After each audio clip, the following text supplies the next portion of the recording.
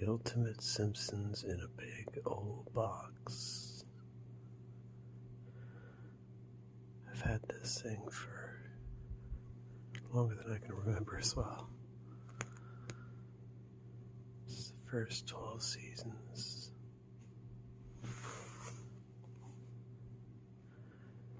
That's what they look like on the Tracy Ullman show.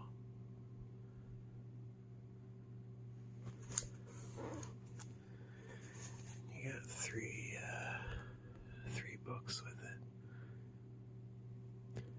Forever and beyond forever. Okay, let's get the first one out here.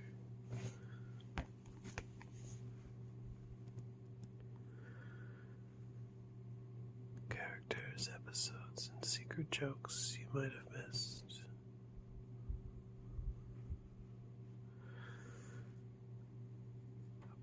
Mr. Burns, Flanders, Willie, and a cast of thousands.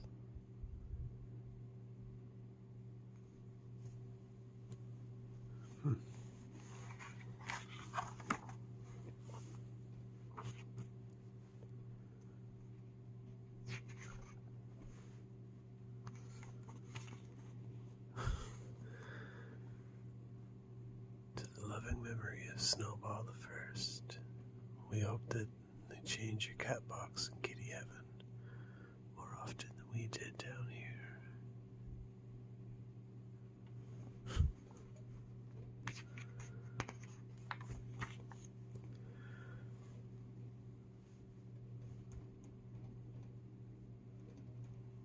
So this is seasons 1 through 8, I guess.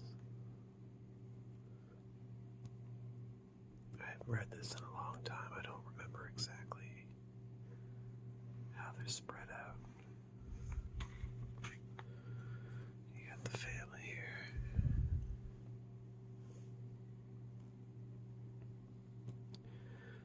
Between 239 and 260.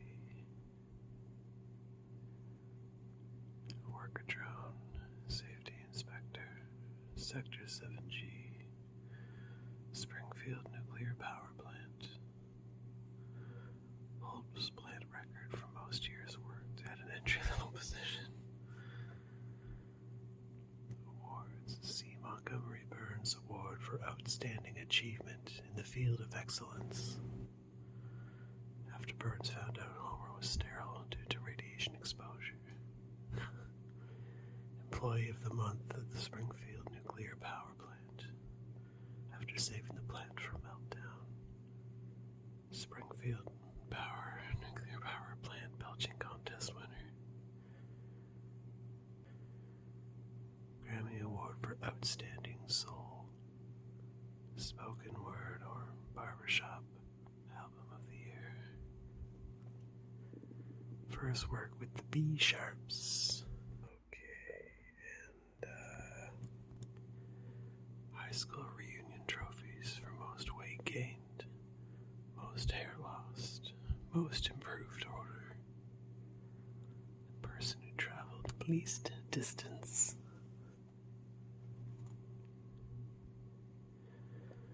Favorite foods: donuts, pork rinds, light, yeah right, Chippos, crusty burgers, pork chops, steak, bulk seafood, and honey roasted peanuts. Favorite beverage: Duff, of course. Definitely not coffee. Oh, I thought that said sugaries. What's wrong with my brain? Surgeries: a triple bypass operation resulting from his love of aforementioned foods. Sitting on a couch while watching TV and drinking beer, yeah. Quickie Mart, yeah, that makes sense. It says dough when upset. Or as it's written in the script, annoyed grunt.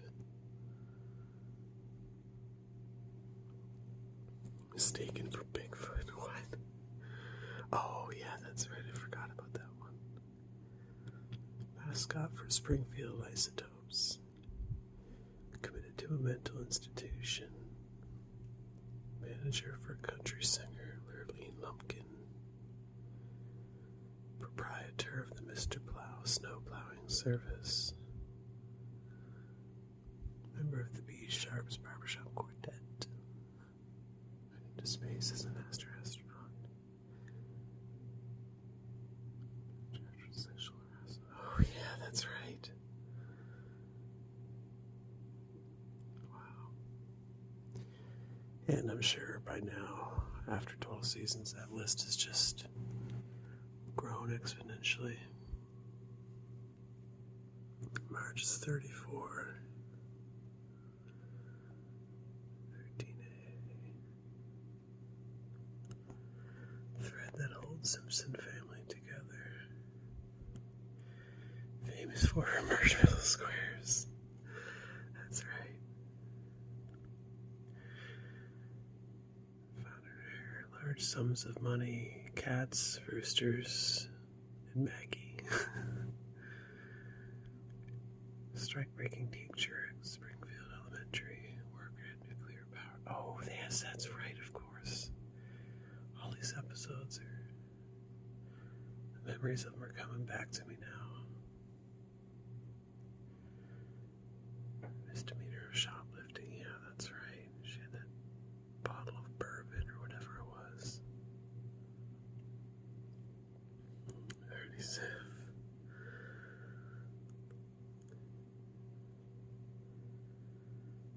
Twice voted for Jimmy Carter.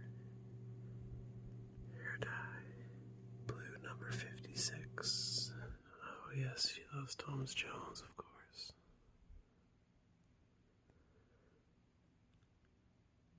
Having her elbow nibbled. Homer's Mr. Plow jacket. Cooks with less than 8 spices. Believes potatoes are neat. Denied having 2 of Milhouse's teeth. Despite the fact that they were actually in her possession. Often sleeps naked at his webbed feet.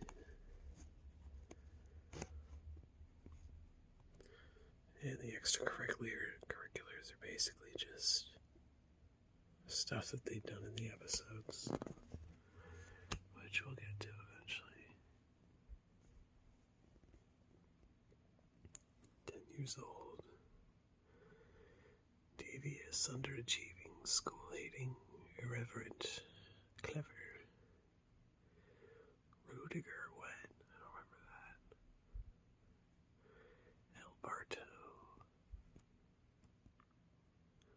Possesses a huge repertoire of practical jokes and methods of revenge, with antics ranging from vandalism to international fraud. Prank calls to Moe's Tavern are a specialty.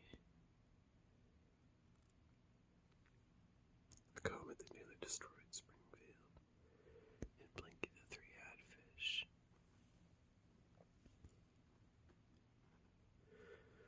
Yes, of course, Krusty was the idol. Jessica Lovejoy and Laura Powers. Oh, yeah, that's right.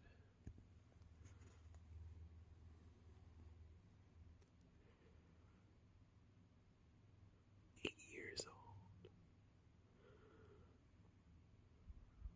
Moral center and middle child. The saddest kid in grade number 2. That was in one of her songs, I think she sang with Bleeding Gums Murphy. Plays the saxophone and occasionally guitar. Oh yeah, she played classical gas when they were protesting at the nuclear plant. That song is really hard to play. First word as a baby was barked.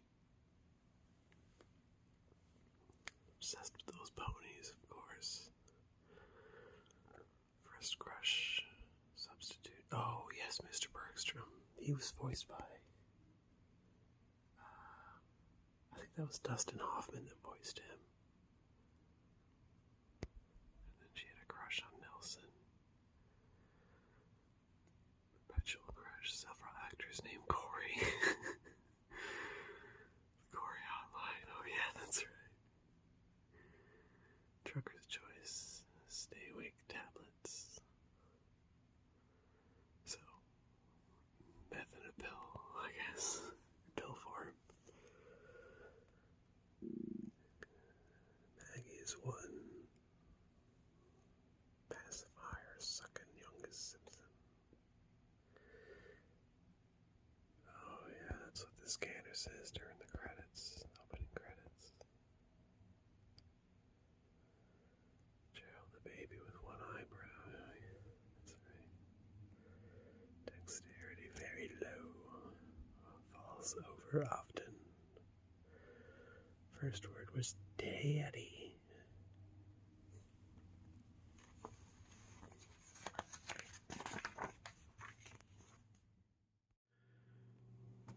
How to read the guide.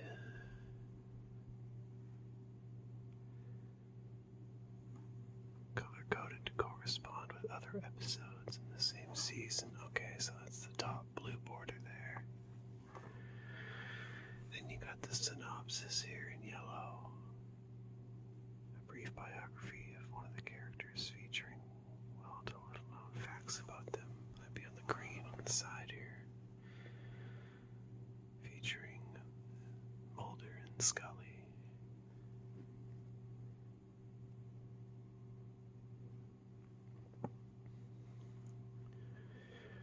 And then you got some shots from the show in there. Notable lines, exchanges, any song lyrics, and memorable moments. The icons match with the characters, with the quotes. Oh, yeah, okay, I see. I see.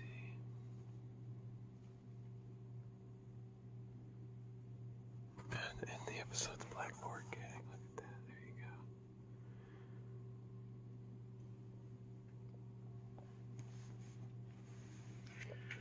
Pretty straightforward, I'd say. The shorts. Oh, these must be the Tracy Ullman shorts.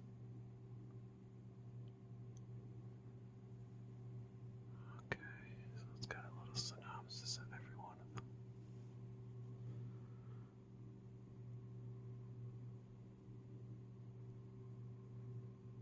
Good night. Watching TV. Yeah, let's go through these, why not? As Marge and Homer say goodnight to the kids, Bart philosophically ponders the workings of the mind. Lisa hears Marge say, "Don't let the bedbugs bite," and fears that the bedbugs will eat her. Maggie listens to Marge sing Rockabye Baby and is traumatized by the lyrics.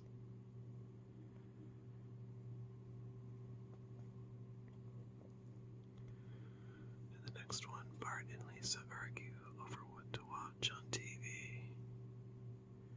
They can only agree about stopping Maggie from trying to change the channel.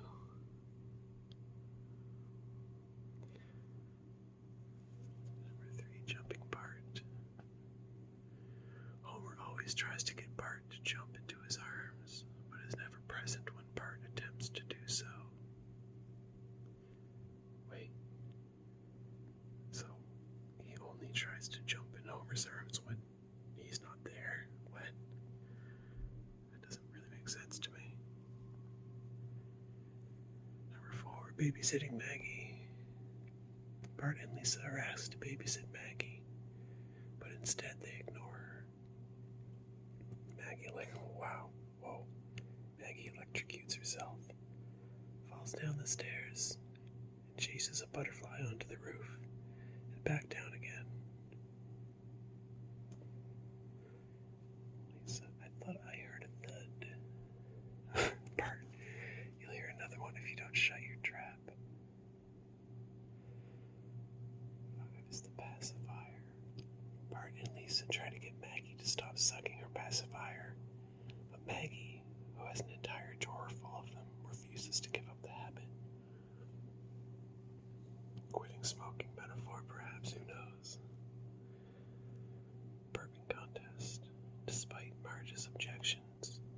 Bart, Lisa, and even Maggie compete in a contest to see who can make the most disgusting burp.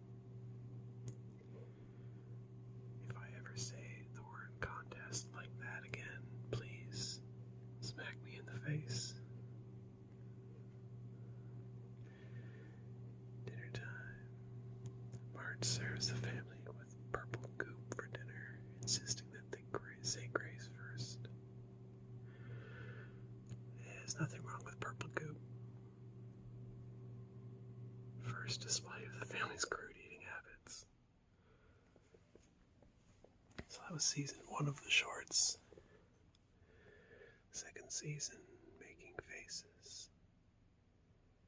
Bart, Lisa, and Maggie make a succession of scary faces at one another, despite Marge's warning that their facial positions will be frozen in place forever.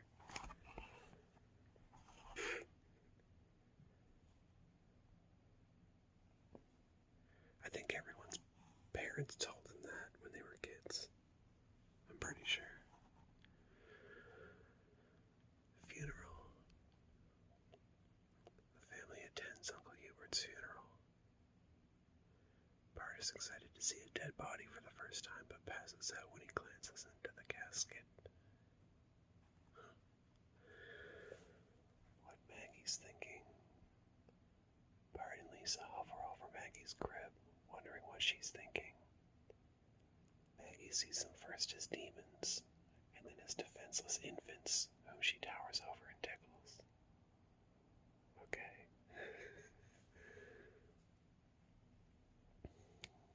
Football. Bart will run around of frosty chocolate milkshakes if he can catch one of his father's long football passes. Unfortunately, he must stop at the cliff, watching the football and the milkshakes disappear. 12's House of Cards. Bart's attempts to build a house of cards are constantly interrupted by Lisa and Maggie's sucking sounds. What kind of sucking sounds would Lisa be doing? She doesn't have a pacifier. Oh well. Bart and Homer's dinner. When the girls go out to the ballet, Homer gives Bart a dinner choice of fish nuggets or pork-a-roni. What is pork-a-roni? I'm guessing beef-a-roni, but pork. Space Patrol. Lisa, Bart, and Maggie roleplay a Save the Earth game. Lisa is a space pilot, Lizui. Maggie is her energetic sidekick, Magina. And Bart is Bartron, the crazed Martian robot who looks like Bart with a face stuck to his head. Oh, that's cute. Bart's haircut. Bart goes to a barber who does not know how to trim hair and ends up getting scalped. Oh my god. I'm sure that just means he got his head fully shaved, not actually scalped. Quite a way to word that. I mean, unless he did get scalped, who knows? I've never seen these episodes. That could very well be the case, but I doubt it. World War III. Obsessed with getting ready for the apocalypse, Homer repeatedly awakens the family for the nuclear attack drills. I think I might have seen a clip of that one before. That seems vaguely familiar. The perfect crime. Bart sets out to steal cookies, figuring that Maggie will take the blame. Instead, he eats too many cookies and lays down among the crumbs to recover, revealing the evidence. These stories seem very simplified compared to what we got, but I guess regular episodes have much longer time to flesh things out than a short. Scary stories. Bart tells Lisa and Maggie scary stories in the dark that seem to come true.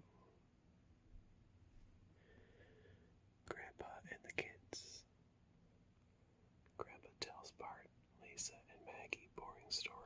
the good old days. Realizing that they are not listening, he feigns his own death to recapture their attention. Gone fishing. Bart forgets to pack bologna for his fishing trip with Homer, and secretly substitutes worms in his father's sandwich. Afterwards, father and son take an impromptu ride down the rapids. Skateboarding. Bart, Lisa, and Maggie ride the local sidewalks on their skateboards, not always with success. So they had Lisa and Maggie skateboarding before, okay. The pagans. While driving to church, Bart, Lisa, and Maggie angered their parents by deciding to convert to paganism. Okay. There you go. Closeted. Oh no. Bart hides in the closet to avoid his chores and ends up outsmarting himself by getting locked in. By the time he escapes, the family had already left to get a round of frosty chocolate milkshakes.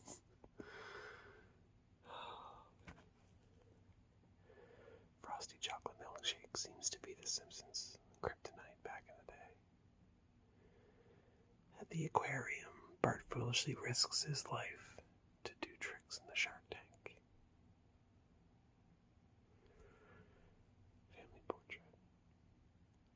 Homer gathers the family for a portrait, but the family continually sabotages his efforts to strike a normal family pose.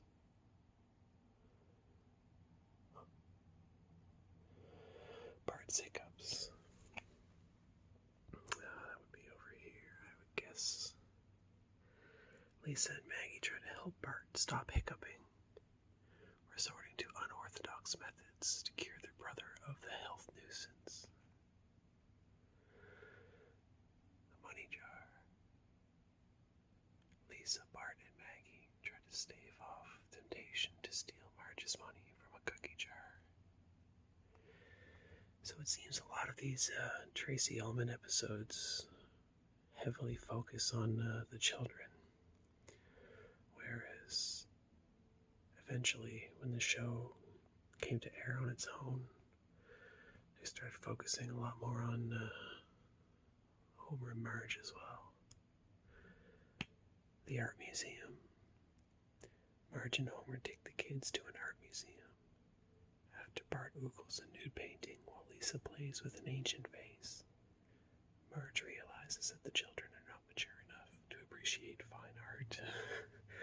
Well, they are kids. You can't expect to take a 10 and 8-year-old to an art museum and have them understand the complexities of art. Zoo story. The Simpsons go to the zoo, where Homer and Bart have a close encounter with a family of monkeys. Now that just sounds like a silly one.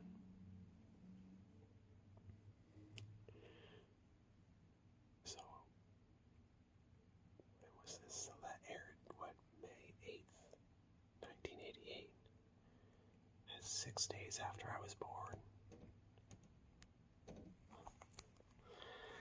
And then the third season of the Tracy Ullman's The Simpsons. Grandpa, Homer, and the kids persist in arguing until they formally forgive one another. Bart's forgiveness comes with strings attached. He asks Homer to use a breath mint. Shell game. Bart tries to hide a cookie he stole from the cookie jar. He covers it with one bowl and, finally, to keep his parents guessing, with 3 bowls. Oh, exciting. The Bart Simpson Show. Homer demands that the kids stop watching their favorite cartoon, Itchy and Scratchy. Bart turns off the TV, pulls out the picture tube, gets inside the set, puts on his own show. First appearance of the Itchy and Scratchy Show. Punching bag.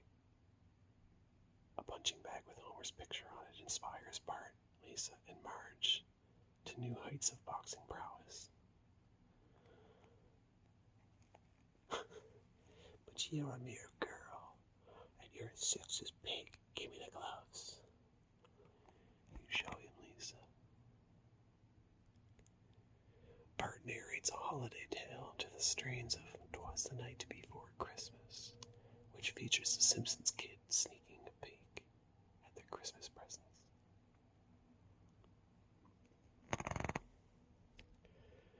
The kids go to see Krusty the Clown's live TV show. To his great disappointment, Bart discovers that his hero is not a real clown, but merely some guy in clown makeup. Oh, that's cute.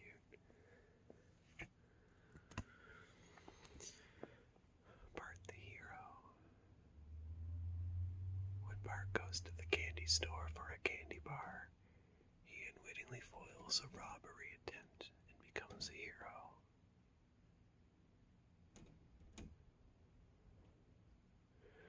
First time Bart becomes famous for something he did by accident. That's cute. Bart's little fantasy. Prompted by his parents' order to clean up his messy room, Bart tells a tale in which children look and sound like the parents, and parents look and sound like children. Scary movie. Instead of going to see Return of the Happy Little Elves, a fearless Bart convinces his sisters to see Revenge of the Space Mutants. It's the first appearance of the Happy Little Elves and the Space Mutants. Happy Little Elves didn't really stick around for all that long, though, from what I can remember. Home hypnotism. Marge and Homer use hypnosis to try to make Bart, Lisa, and Maggie behave. The children pretend to act like zombies. Shoplifting. Bart is busted when he tries to steal chocolate from a candy store. Well, that's just reminiscent of when he tried to steal Bone Storm. That was a great episode. Echo Canyon. During a family vacation, the Simpsons stop at an Echo Canyon, where everyone frolics and Bart nearly crunches the family car with a boulder. Don't have a cow, Homer. Bath time. To make his bath more exciting, Bart mimics Jacques Cousteau, but leaves the water running in the bathroom. Bart's Nightmare. Oh. There's a great Super Nintendo game based off of this. After devouring too many cookies, Bart has a nightmare in which Homer catches him stealing cookies and threatens to punish him. And a lot of cookie degeneracy coming from Bart in these old skits here. I guess the writing was a little thin back then, but at least it got better. Part of the jungle. Homer is incensed at Bart, Lisa, and Maggie, who are swinging from trees on makeshift vines made from Homer's ties. Oh, that's cute. I gotta stop saying things are cute. Family therapy. I'll be over here. Homer tricks the family into going to a psychologist. Oh, let me try that again. Homer tricks the family into going to a psychologist by pretending to take them out for frosty chocolate milkshakes. Again, the kryptonite that is frosty chocolate milkshakes. I mean, they're good, but my goodness. He seeks an answer to the family's problems, saying that they don't laugh anymore. The family breaks into a collective chuckle after the psychologist kicks him out of his office. Maggie in Peril. Chapter 1. Oh, we got a two-parter here. Bart and Lisa do a poor job babysitting for Maggie. Unsupervised, she hops on Bart's skateboard and rolls through a sewage pipe to a waterfall. As she goes over the falls, the short ends. To be continued the following week. Maggie sucks up. That's a great quote. That's a good quote to put there.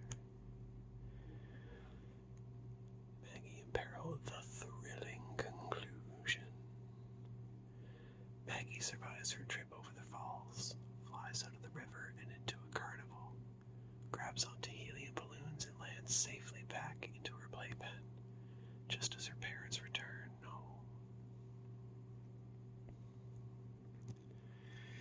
And the very last one, TV Simpsons. Homer sends Bart outside to fly a kite, but the kite gets tangled in the antenna and distorts the TV picture. Homer is forced to climb up onto the roof to restore it. Homer to Bart, why don't you just go fly a kite?